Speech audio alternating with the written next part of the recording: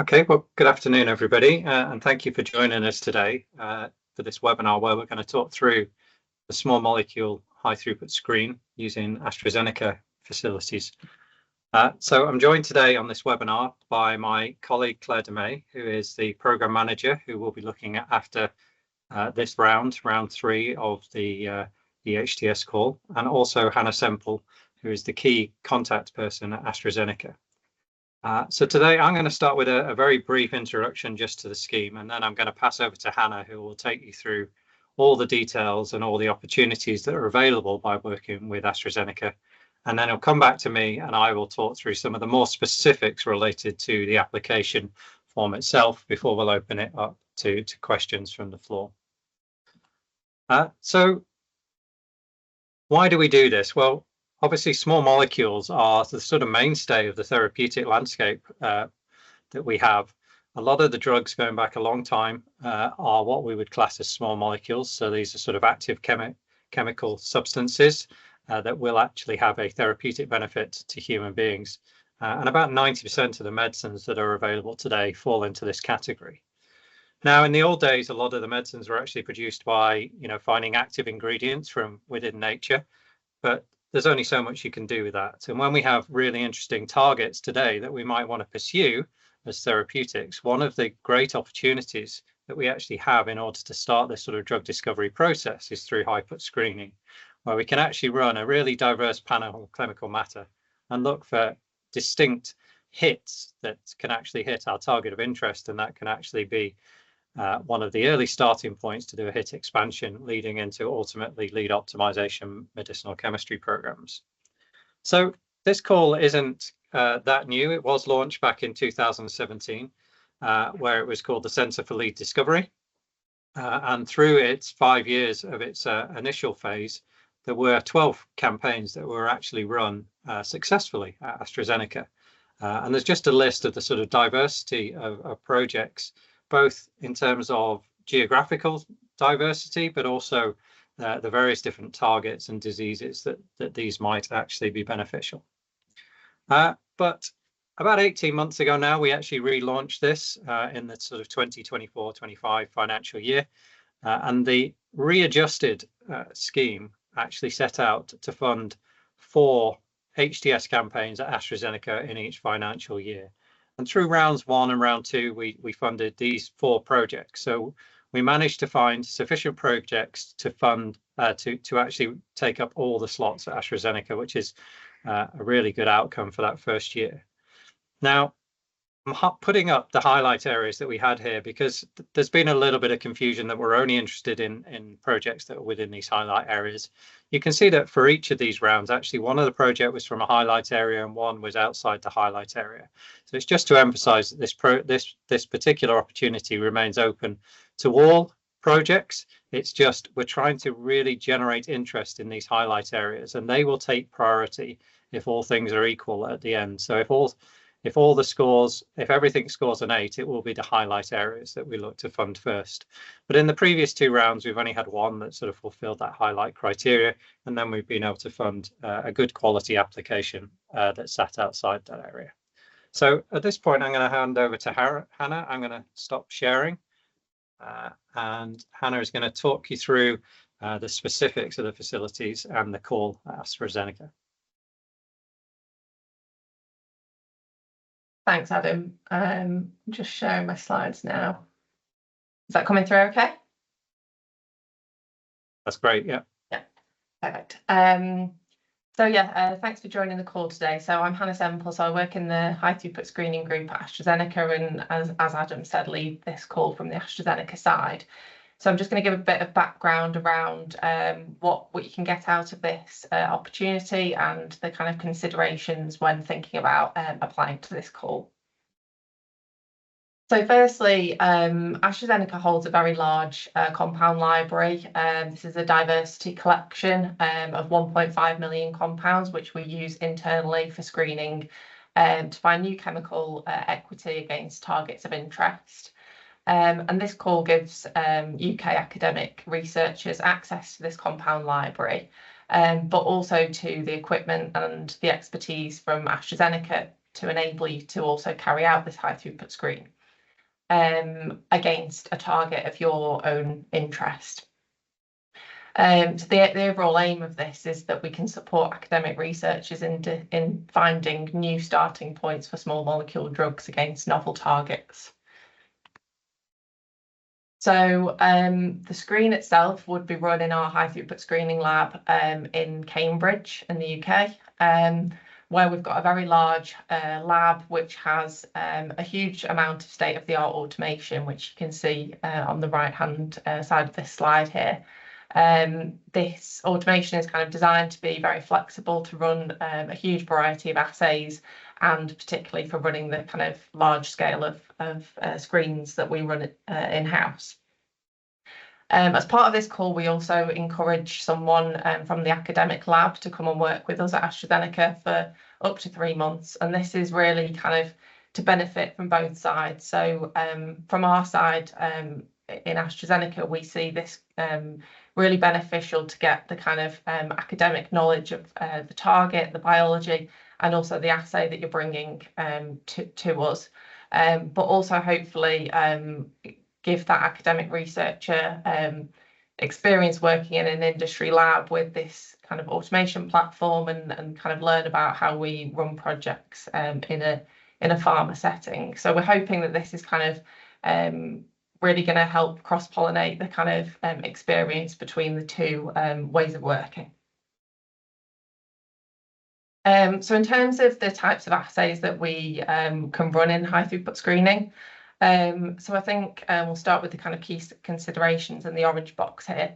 So I think what's really important to think about is when you've got your kind of biological target of interest, how you're going to measure that biological activity in a high throughput setting. So what we tend to do in HTS is that we run a variety of different technologies, both biochemical assays, so for example looking at direct binding to a protein, or maybe enzymatic activity, but we also run cell-based assays, but these tend to have kind of proximal endpoints rather than being kind of very phenotypic assays where we're looking at something very downstream from the target you want to hit.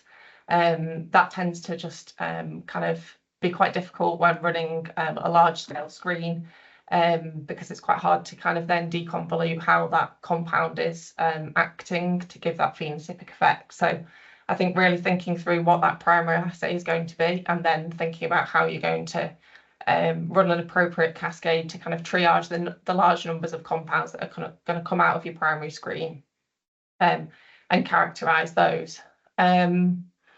So in terms of the primary assay that you choose, we've got some kind of criteria that we tend to use internally, but this is just to kind of highlight the kinds of things we think about. So for the primary assay, we run the whole 1.5 million compounds, or maybe if we can't run the full deck, maybe 500,000 compounds, but it's a large number of compounds. We need this to be really robust and reproducible, because we screen each compound once at one concentration. So you need to be sure that you're going to be picking up the same hits each time. So the ways that we measure that is through Z prime. So this is a way of measuring robustness. So looking at the signal to background of your two controls and the noise around those controls as well. So we use Z prime of more than 0.5 is seen as a robust assay, signal to background of more than 3, and a percent CV, so the noise of less than 10%. So that's kind of a rough guideline of what we work towards. You know, sometimes we do run projects which might have a lower signal to background, but there it's very important that the robustness is good. So the noise around those controls is very low in order to be able to find hits out of the noise when you're running your primary assay.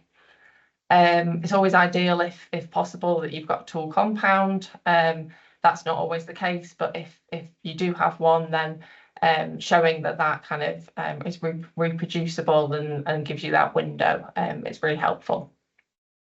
In terms of the throughput, clearly to run that number of compounds, we need it to be in kind of at least 3 or 4 well plates, preferably even 1536. I would say the majority of our assays we run internally are in 1536 well plates. So this just really helps us kind of speed up the screen and reduces the cost of reagents by miniaturizing those assays. In terms of the protocol, something relatively simple. Obviously, the complexity is to do with the biology, but making something as simple as possible for the science is important. It needs to be compatible with our automation platforms, and obviously we'll work with you to kind of make that work for the biology and the automation. Yeah, overall, we need the ability to test at least 100,000 compounds, but preferably we could run the whole deck, so 1.5 million compounds. We say at least 100,000 because this scheme is to run a high throughput screen, and we want to access as much diversity of our collection as possible. So the more compounds you screen, the more diversity you'll get. However, if you do screen, if we don't have the budget or the capacity to run the full deck, the way that our library is laid out means that you will access a large amount of diversity, even if you only screen, let's say, 500,000 compounds. And then in terms of the screening cascade, I've kind of already touched on this, but designing a cascade which kind of weeds out your false positives, potentially your technology artifacts, or confirming compounds in orthogonal assays with different readouts is really important. So thinking about that cascade of how you're going to reduce the numbers down from the initial primary assay is very important. I've also touched a bit on whether you run kind of a more phenotypic or target-based assay. I think we're absolutely interested in running phenotypic assays, but I think thinking about what that readout is going to be and what your cascade is going to look like in order to make sure that you're picking up something on target rather than something that's an off target that you won't be able to work out what that compound is hitting is very important. I just want to highlight that clearly we don't need all of these requirements to have already been completed before your application. I think having thought about the screening cascade is very important, and having some initial data on the primary assay that shows that it has the potential to be miniaturized and run on a high throughput scale is more important. But a lot of this optimization, especially things like moving into 1536 well plates and the kind of miniaturization that comes with that, we know that a lot of academic labs won't have access to the kind of dispensers and readers that you're going to need for that. So if that's the case, then that's absolutely fine, and we can do a lot of that work at AstraZeneca. So if we just move on to the next slide. So this is just to kind of give an idea of the types of assay technologies that we can run at AZ. So on the left is a Ferristar FSX. This is our kind of workhouse instrument that we use for a lot of HTSs. And there are a lot of different readouts that you can read on this reader. So things like luminescence assays, fluorescence assays, fluorescence polarization, FRET assays, absorbance, all those technologies can be run easily on a high throughput scale on an FSX. So things like that are absolutely amenable. We also have technologies which are more about finding binders to a protein or an RNA, for example, and we run thermal shift assays and affinity selection mass spectrometry assays for that as well. So you could apply with that technology in mind, but I think what's important there again is thinking about how you're going to confirm that those binders are actually having the biological activity that you want to see is important. And then we also have things like imaging assays. We've got a flipper for ion channel assays, and we've also got high throughput mass spec.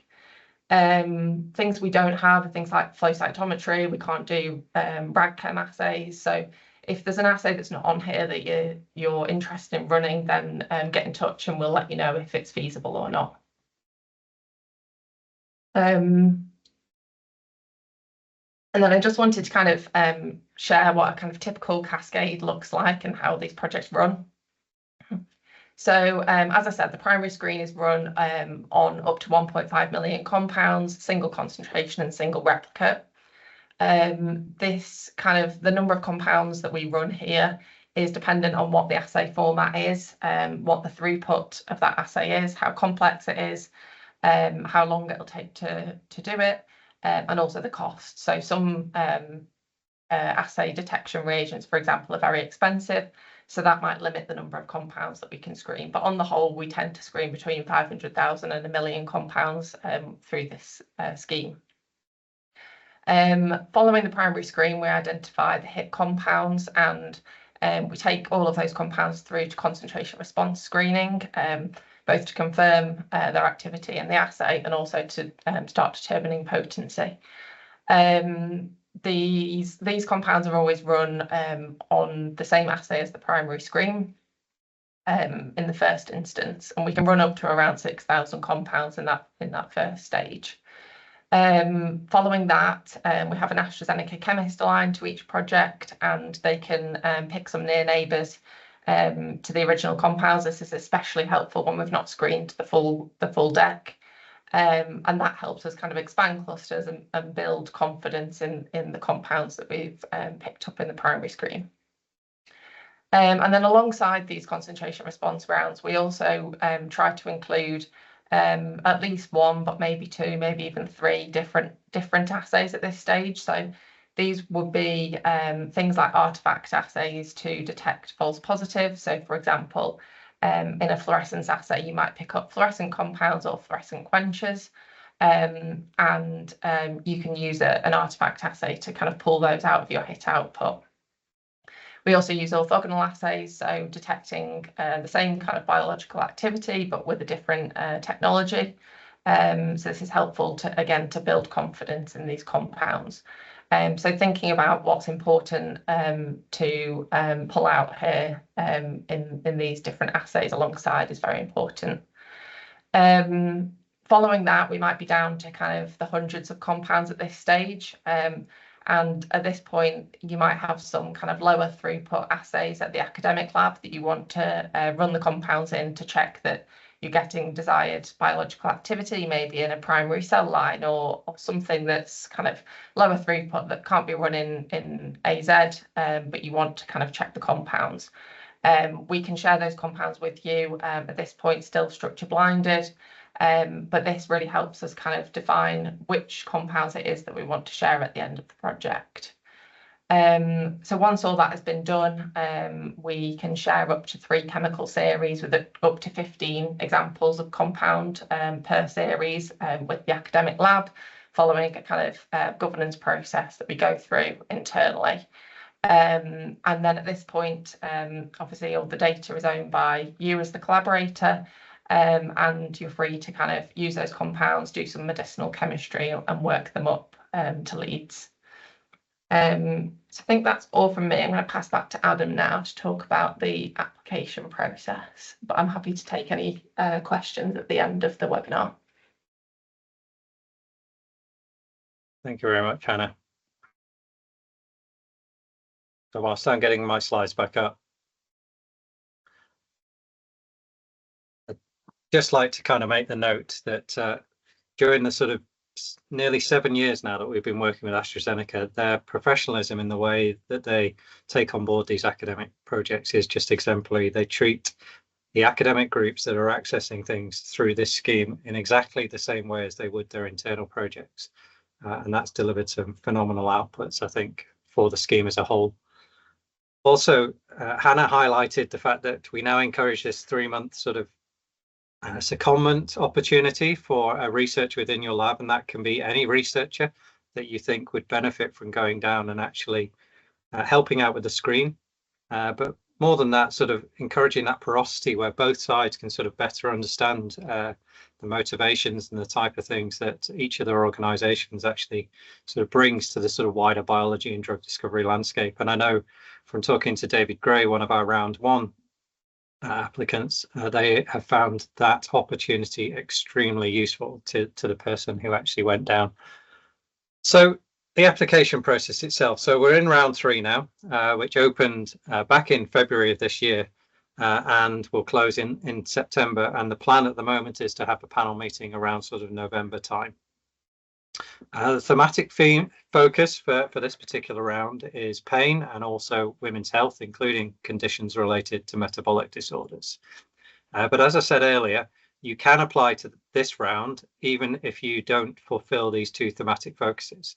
The thematic focus here is really to sort of drive interest within the communities, get these communities to really sort of think about this opportunity and how they could take their really exciting fundamental research and potentially take those first steps towards development of a new therapy.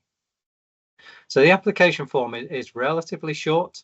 It used to be sort of 1,000 and 2,000 words that would cover that sort of vision and approach. Both of these sections now you can actually embed references in, which is why they're slightly longer than they used to be. So the vision, really, we want you to sort of describe why there's an unmet need for sort of a new therapeutic approach in the disease you're interested in. Also providing, you know, as much detail as you have around why that target, and especially the sort of pathology of that target, might be interesting in that particular condition, and where you might have any information on where, if you manipulate that target in one way or the other through sort of agonism, antagonism, allosteric modulation, that it would actually end up potentially having disease modifying effects. Now, we're not looking for those of you that are sort of familiar with our other schemes, we're not looking for that level of sort of target validation that you would expect if you're asking for large sums of money to access the development pathway funding scheme. But we are, the panel will be looking to see that there is at least some data that would give them confidence that generating hits in this had the potential to actually be that first stepping stone in actually creating a therapeutic that could be disease modifying. So some of the things really to have in this sort of in your head during this section is those bits around what data you have about why this would be a good target, but then providing some of the information on what your target is exactly, whether it be a sort of cytokine or a cell surface protein, a GPCR, an ion channel, and what the mechanism of action would be. So just so that they can get a sense of whether you're trying to, you know, look for an agonist or look for an antagonist, and then they can draw that out in terms of what it is that the assay that you're actually proposing. Within the sort of approach section itself, oh, sorry, I've got the wrong bits in there. Within the section itself, then we're just looking for you to demonstrate that you've got these sort of appropriate facilities to actually provide the information that AstraZeneca would need. Now, AstraZeneca will run all aspects of this call if they have the assays that are available in-house.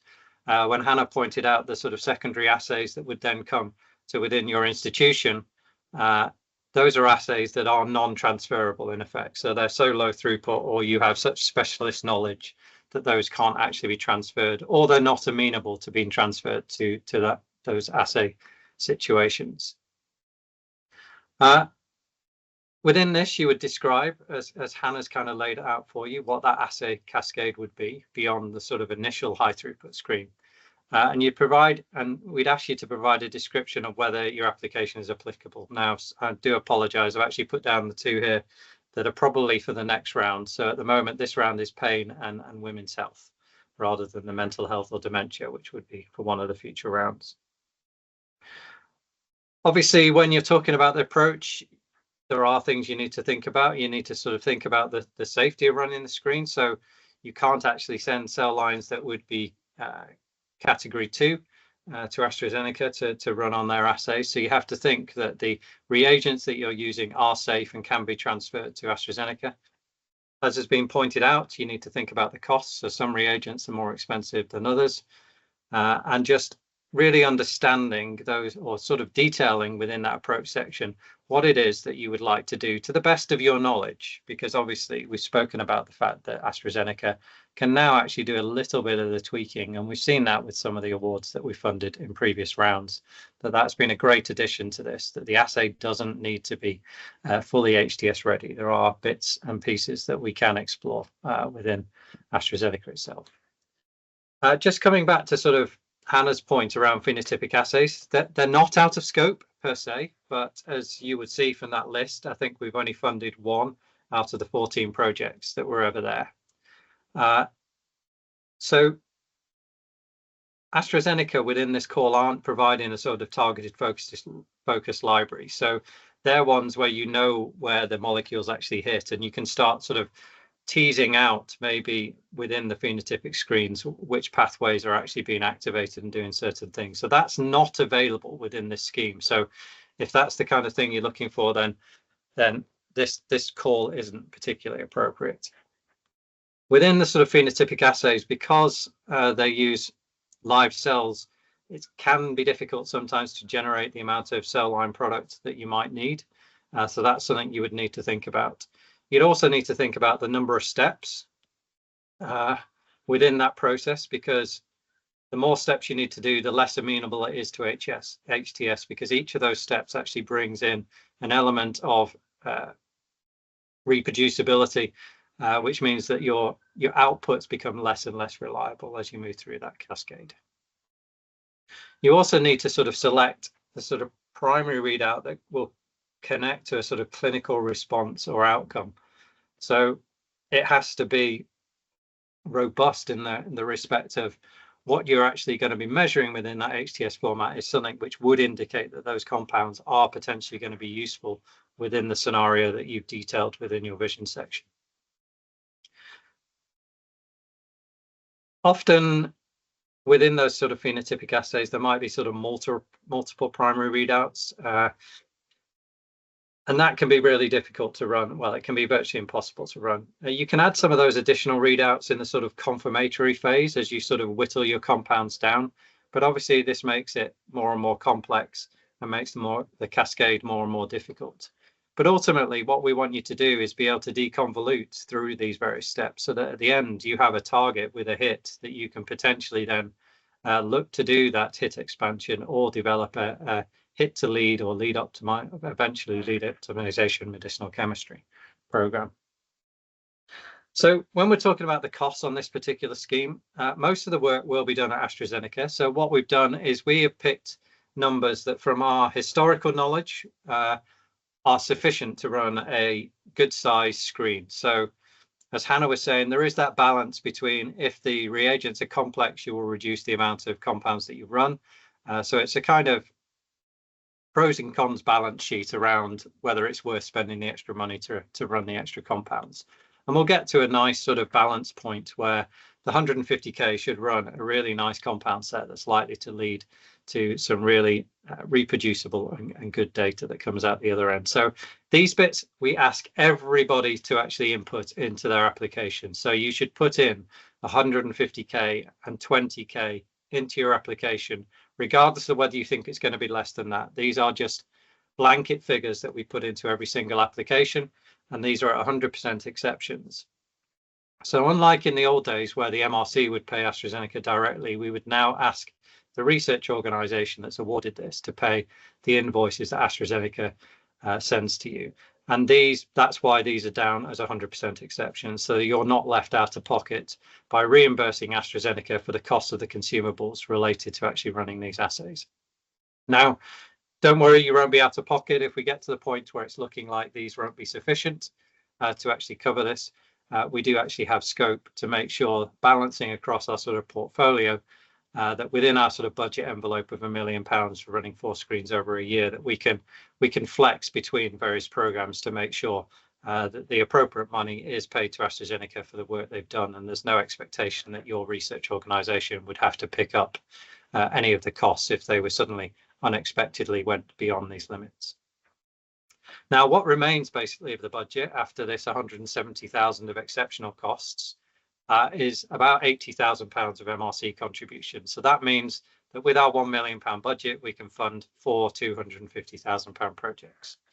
So this £100,000 full economic costing, which equates to 80,000 MRC contribution, will be used to do any of the experiments that you're planning to do within your own research environment.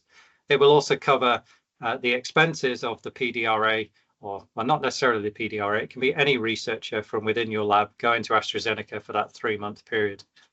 That 3-month period doesn't have to be in one block, it can be broken up into multiple blocks.